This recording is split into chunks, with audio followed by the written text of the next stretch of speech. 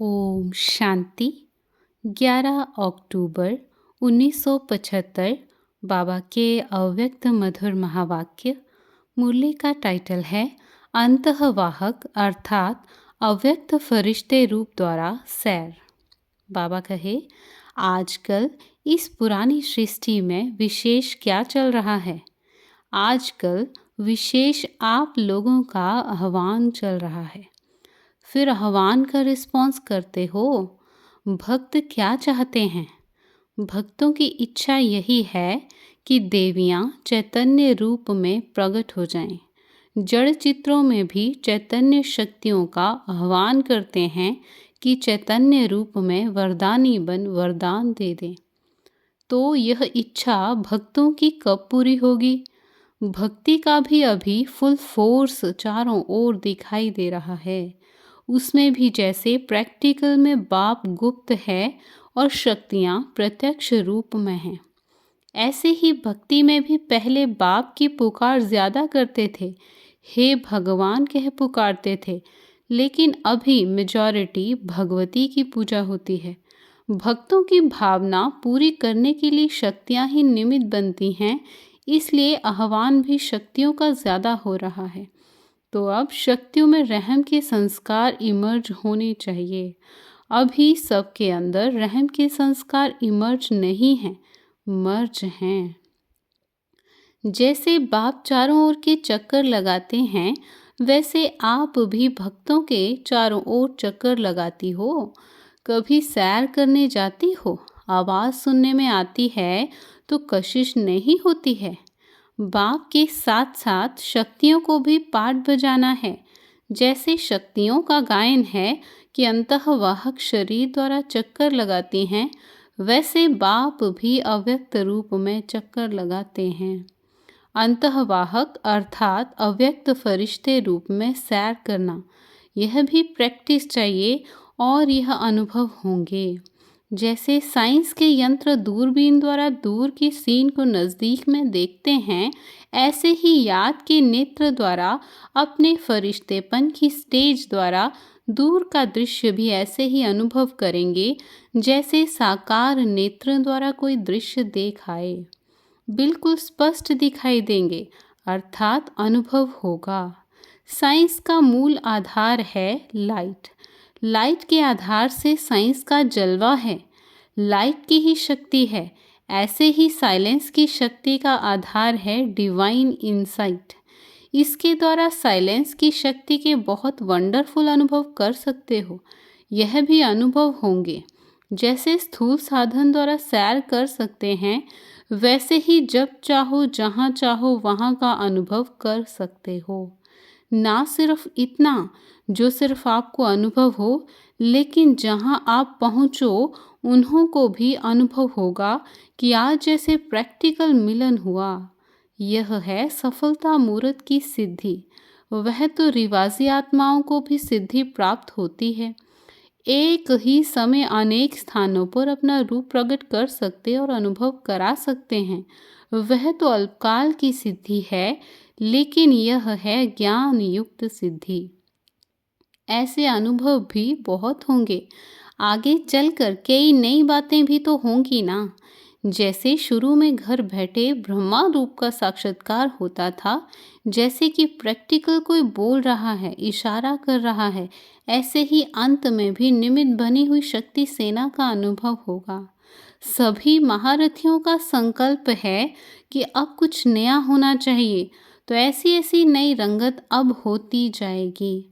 लेकिन इसमें एक तो बहुत हल्कापन चाहिए, किसी भी प्रकार का बुद्धि पर बोझ ना हो, और दूसरा सारी दिनचर्या बाप समान हो, तब ब्रह्मा बाप समान आदि सो अंत के दृश्य का अनुभव कर सकते हो। समझा?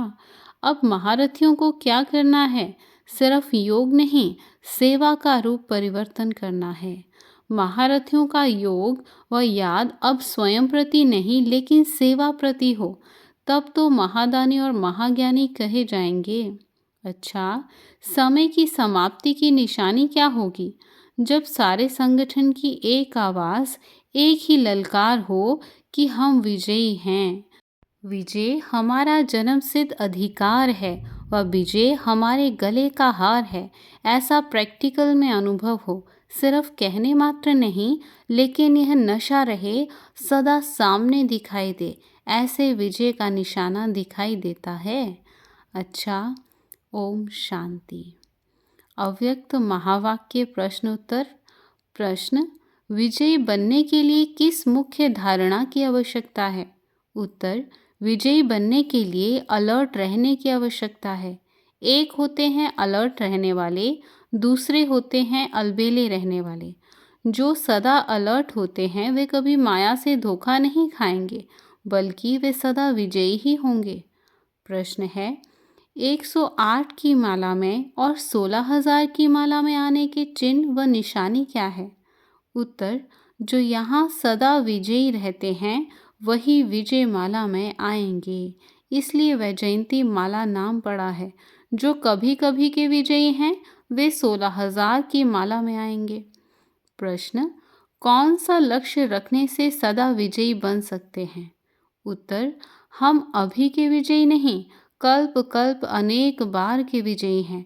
जो बात अनेक बार की जाती है तो वह स्वभाव संस्कार में स्वतः ही आ जाती है।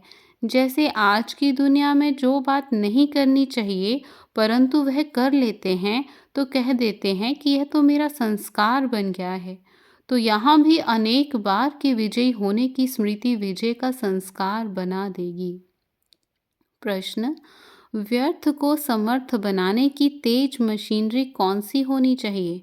उत्तर: जैसे कोई भी चीज़ की मशीनरी पावरफुल होती है तो काम तेजी से होता है, तो यहाँ भी व्यर्थ संकल्प को समर्थ करने के लिए बुद्धि रूपी मशीनरी पावरफुल हो।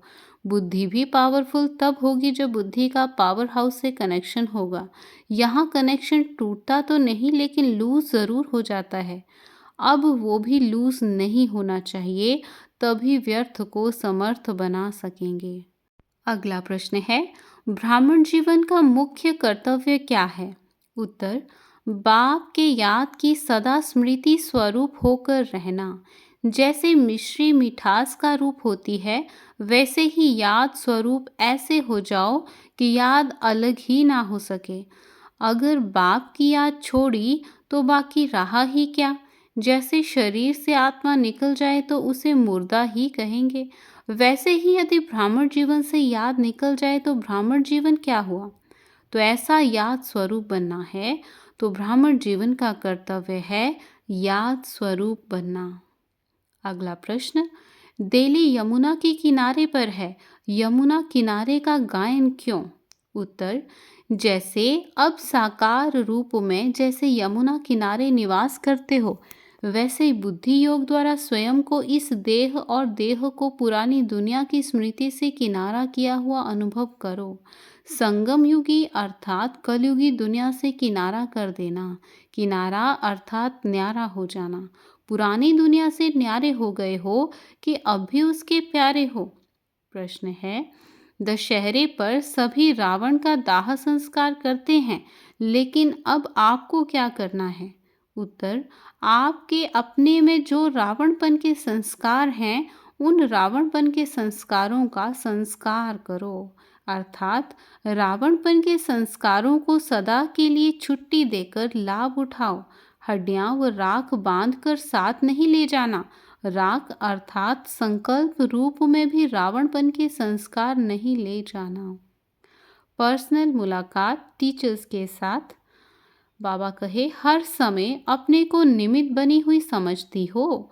जो अपने को निमित्त बनी हुई समझती हैं उन्हों में मुख्य यह विशेषता होगी, जितनी महानता उतनी नम्रता, दोनों का बैलेंस होगा, तब ही निमित्त बने हुए कार्य में सफलता मूर्त बनेंगे।